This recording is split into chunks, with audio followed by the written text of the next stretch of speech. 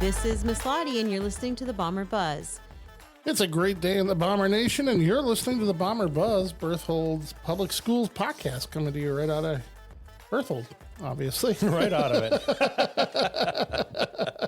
Yeah, unique setting. Yeah, right? It's in the name. I'm Principal Jay Jenkins, and joining me here today is Dean of Students, Mr. Paul Rudolph. Paul, how's the week going? Well, it's been a good week. Been a busy week, and I was, just like everybody, we all talk about the weather, and I think we've been inside for recess now 10 straight days. Oh, miserable, right? Yeah, 10, when I say straight, consecutive school days where we've been inside because of the... Too cold. We've been below zero, whether it was just outright below zero or whether the wind chill was below zero. Either way, it's been a cold stretch, but the kids have done a great job. And, thanks to the patrons for... 2 gymnasiums, because it just doesn't that just make such a difference? You can get a handful of grades in each gym, and it really not so bad. Yeah, it's not we're not running into each other too many times and stuff like that. It actually works out pretty good. But well, we should mention we had a week off, and now we're back. Last week we just couldn't fit her in. That happens sometimes. It does. And then we had Friday and Monday, so it was it was a little shorter. Kind of a weird week. Had a short day in there as well with the weather. Yep. Yeah. So, but just the way it was. Here we are. We're back. It's Friday. Paul, what do we got? There's so much going on now. Well, they are. And as we speak, now the listeners will hear it a little bit later, but all of our 3 girls wrestlers all made it through day 1 and are alive here on day 2, and actually, as we're speaking, and the listeners obviously will know by now, but Kale and Daisy will both wrestle in this first round, and if they win, they're guaranteed at least an 8th place. If they lose, they're done. Cashton made it to the semifinals last night, so she'll sit and wait for a couple rounds this morning, and then wrestle in the consolation semifinals. So she's guaranteed at least 6th place. That's great. Yeah, so the 3 girls from Berthold are really, when you can go down to the state tournament and Kale's case, her first year, and get a W down at the state tournament and a little confidence moving into things. Fantastic experience for her. Well, what a representation for our school. And, I don't think people understand how big that tournament is either. It is quite a large tournament. So, that, and, just the girls are competing, it's a kind of a fledgling or unique new sport for the girls. They've only been at it for a few years. So they, our girls are competing against Bismarck and Fargo and Minot these and bigger Grand Forks and Dickinson. And holding their own. Yeah, exactly. So, and been right in there. It's been, I think they've had a great experience, or at least leading up to it, they've been having fun and enjoying the year. And hopefully they can, get a couple here this morning. So that's kick, or that'll be done by the time most everybody listens to us. But then the boys will play their first play-in game tomorrow at the auditorium. They play at 4:30. We take on TGU in the first round of the District 6 boys basketball tournament. And the boys have had kind of a tough year. Rough one. It's been a tough year, challenging. A lot of things you can say about it. And, we're certainly not going to shy from anything there. But, I do want to just impress upon people how talented the District 6 basketball tournament is this year. And the fact that there are 5 teams in it that have been rated in the top 10. And as of the last poll, basically you could say as far as vote getters go, 5 of the teams in the district are in the top 12 in the state. That's crazy. And it'll be a battle. I mean, last year's state champion will be the 3rd seed in this year's district tournament. Wow. And they lost no one. Yeah. So, I mean, they're the 3rd seed. That tells you how big it is. And Bishop Ryan was they were there as well, and they're the 2nd seed. So it's a very balanced 3, maybe 4, maybe 5 teams could win it. I think you could say, there's probably 3 legitimate chances to win, and the 4th might have a outside chance. I mean, it's really been it's a unique scenario for this part of the country if you're a boys basketball fan. Just how talented District 6 is this year. So yeah, with that being said, so they kick off Saturday at 4:30, and then the girls open up Region 3 play over at the Forebear Center in Newtown on Monday, right, at 3 p.m. versus Powers Lake Burke Central. So we kicked that tournament off, and hopefully we can be successful, and then we would play the first game of the evening Tuesday night versus either Surrey or Tioga. So we play Powers Lake Burke Central in the first game, and then hopefully, we'll see where it goes. When you get to the regional tournament with the 3-class system coming in last year, if you win the tournament, the region tournament outright, you move on to the state tournament. If you finish second or third in the region tournament, then you have a play-in game versus Region 4. Right. That's right. So our 3 team would play their 2 team, and vice versa. Our 2 team would play their 3 team in a challenge game, if you will, or a play-in game, whatever you want to refer to it as. And then those 2 winners would go to the state tournament as well. So that each team, Southwest, Northwest region, Region 3 and 4 would both send in the champion, and then the next 2 best teams come out of that. So, we'll see where we're at, come by the end of next week.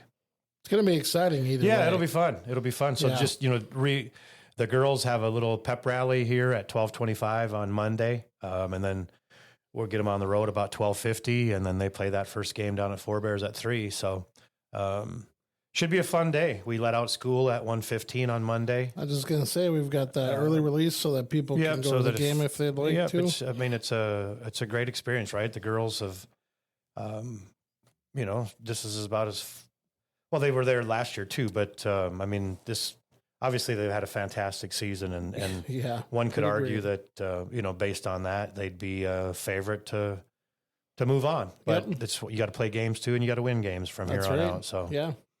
So that's going on. And then, really without the regional and the district tournaments going on, it gets a little bit more quiet because wrestling obviously will be done tomorrow.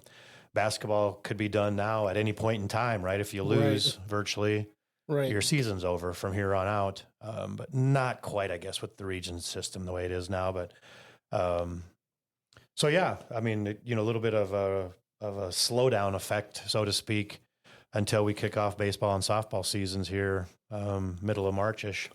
Yeah, so we have basically just a couple week, little bit of a lull there, and then let's dive right back in. Yeah, then we dive right back in. Yeah. I'd like to mention that we'll be releasing signups for parent-teacher conferences. Those are coming up on March 11th. Just something to look forward to, thinking long term ahead. So you can watch for those.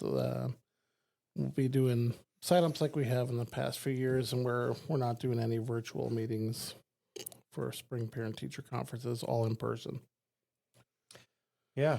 Other than that, that's pretty much it. Been busy days. We got a lot of FFA kids really moving. Yep. They're in Bowman today. And then Beulah? Beulah Saturday. Yep, that's right. Beulah Saturday. So, and there's been, 10 to 15 young boys and girls, both taking their shot, or they're, competing in different events through the FFA.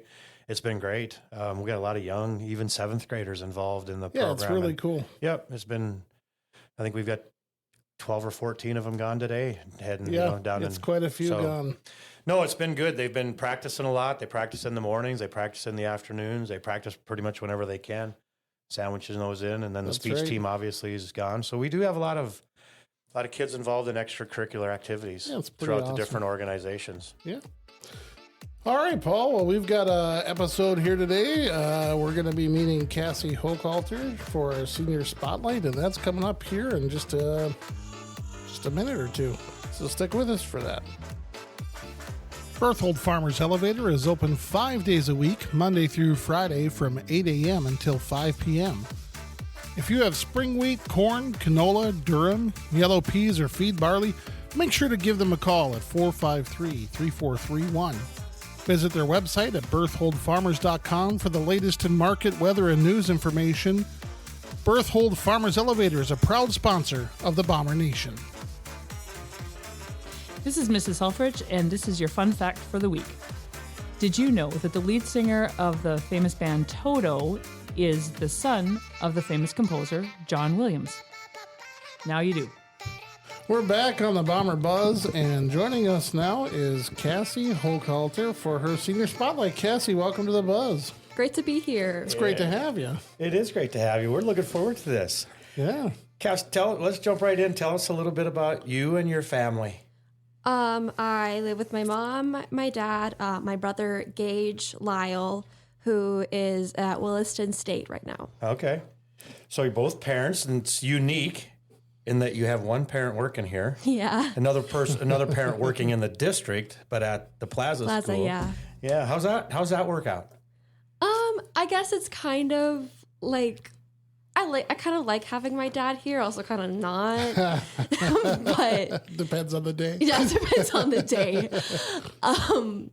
But like with my mom at my old school, she used to be like my principal physically too, at like the same school. But I mean, I guess it's kind of like I don't know. Yeah. No big deal. No big You deal. get used to it, right? Yeah, I get mean, used to it. It's nothing new to you. Yeah. Yeah. It just becomes part of the norm. Yeah. So how about, with your family, do you guys have like a favorite family activity that you kind of a tradition use or just something that you do? Every Christmas Eve, we watch Muppets Christmas Carol. Yeah. Muppets Christmas Carol. Yep, every Christmas Eve. And we also open like one present, but it's always pajamas. Okay. Always pajamas. So not very surprising. Yeah. Are those the pajamas of choice then for the rest of the evening, or? Yeah. Oh, yeah. My mom likes to have fun with them. Like she made custom ones this Okay. year. Really? Yeah. Okay. Gotcha. How about when you were young, going back to when you were little, what did you imagine yourself becoming? A princess. A princess. Oh, in what fairy tale? In what movie or anything? Was it just a princess? Okay. There you go. That's interesting. My granddaughter, that's what she dresses up in costumes daily. Does the same Oh thing. yeah, I love to do that. Yeah, holy cow. That's interesting. How about now that you're graduating? Do we have a career of choice kind of leaning towards, or Special education teacher. special ed? Awesome. Really? Good for you. You've already started some special ed classes, right, this year? Yeah, I'm taking Introduction to Exceptional Children. Yeah, that's awesome. Yeah, Getting good, a head start. good for you. That's awesome is right. How about an accomplishment that you're really proud of? I'd say getting my 4-year award for Northwest Music Festival here in Minot. Tell us a little bit about that. What's the 4-year award? Well, it's like an audition process, like, and like only like a few selects get in, and then I've gone to that for 4 years. So like we get 2 days to like for like a few hours practice. I think we do 4 songs. Yeah, we do 4 songs. We get 2 days to practice it, and then we perform. Okay. Did you make it singing wise? Did you make Yes, it singing. Okay. Awesome. Gotcha. Just wanted to make sure everybody knew that. They Yeah. clarified that from a singing standpoint. How about all the other extracurricular activities you've been involved with? The school play, speech, art, choir, and then in the fall I started for volleyball. Yeah, you've kept busy Yeah. with most things to do, with different things to do, without a doubt. And the new speech season this year has already started, right? You've been to 2 meets, is that right? Yes, 2 meets. So then we have one tomorrow. Right. And how's that going? Because it sounds like you're doing pretty good to start. It's going pretty good. For my humorous interp, I got 9th both times. so close to finaling, but Yeah. And then you and Martin's your scene partner for a Yes. serious duo, right? Yes. And this will be, you guys chose a new piece, and this will Yeah. be your first meet with that piece, right? yeah, we're pretty confident in our new piece. Yeah. Well, I got to see it. It's pretty great. Is it? Oh, yeah. Oh, good. Where's the meet at tomorrow? Ned Rose. At Ned Rose. Okay, Yeah. so you're breaking it open tomorrow. We get to hear about it by Monday. That's Yeah. it. All right. Yep. Good to hear. Good to hear. How about switching gears? 10 years from now? Where do you see yourself? I guess like a stable job, a nice house. I don't know where I want to live just yet. Just wherever the spirit moves me, or wherever a job is available in North Dakota, or wherever. At least 3 cats. I love cats. Okay. Okay. 3 cats, huh? Oh yeah. What if they don't get along? I don't know. Cats I guess. are kind of particular that way. They can Or they be. can Yeah. be. Oh yeah. But you'll deal with it. Yeah. All right. We'll get used to each other eventually. Oh yeah. How about school wise? Do you have a favorite elementary memory? So this is a little funny story. At elementary school, at my old school, there was this bench with holes in it, and then summer we take big chunks of snow. Like a few kids and I would take big chunks of snow and just like grate it on the bench. We'd call it grating cheese. So it would drop through the whole big holes. Yeah. Yeah. Interesting. How about junior high? I can't really think of one. I just kind of like block those grades from my memory. The junior high years? Yeah. Lots of people do that. Yeah. It's probably best for everyone. Yeah. How about high school? Ms. Weniger is saying just random brain rot Gen Alpha terms during art class. Out of nowhere. It's hilarious. She gives you some good ones. Oh, yeah. Skibbity Riz. What's your favorite? She did say Sigma one time. She called us she called us kittens Okay. because everybody like calls like all the students call everybody kittens. Interesting. That's so gas. No. What's something that you're going to miss about? What are you going to miss most about the Berthold School? Ms. Weniger. Miss Weniger? Yeah. So now, let's make sure everybody knows because you were in Langdon. Yes. Previous. Yes. So how long have you been in Berthold? How long have you been at the school? What was your first year here? 8th grade. 8th grade. Yes. So the end of those 5 middle years. school years. Yeah. So this is your 5th year. Mm-hmm. Gotcha. So you're going to miss Miss Weniger. What have you enjoyed the most? What class? Art with Ms. Weniger. Art with Miss Yeah. Weniger. Okay. Not a surprise. Then. Yeah, no, was kind of expecting that, but Yeah. how about as you sit here today, Cass, and you're, growing up in your elementary, do you have any advice for that little princess running around? I would tell her that she's beautiful just the way she is, and don't change herself for anybody. No, That's great advice. Just have some fun. Yeah. Yeah, go about day to day. Just be yourself. Yeah, That's right. no doubt. Don't worry about things, or don't let it worry about things too much. Yeah. How about 3 things in your lifetime? What do you want to do? I really want to see a Broadway show live. That's definitely top on my bucket list. Travel to Europe, Rome, Paris, just travel, and then travel to Mexico. Okay, Right on. Europe, Rome. Yeah. Where else? Like general like Italy area, Paris. I'd love to go to Greece. Okay, That just definitely top of my bucket list too. gotcha. And then Mexico. Why Mexico? Well, just like I love like tropical areas, just beaches, maybe like sees like some like ancient civilization like structures and Okay. that'd be fun. I gotcha. Yeah, for sure. Yeah, without a doubt. Do you have a little history does history intrigue you? Yeah. A little bit. Okay, I gotcha. How do you want to be remembered by your peers? Kind of don't want to be remembered, I guess. Just That's not true. I don't really know. How about the faculty? That I was just here. Yeah, and nice and Yeah. kind and polite and a good Yeah. student and Sure. all those things. Go along with it, Yeah. huh? Tell us tell the people, because we haven't talked a whole lot about, like we did this a little bit a year ago, but I'm just going to break protocol here a bit and just tell the people, like, how does a speech meet work? Oh, I wasn't expecting this question. So there's like different categories that you compete in, and you go to different schools on Saturday mornings usually.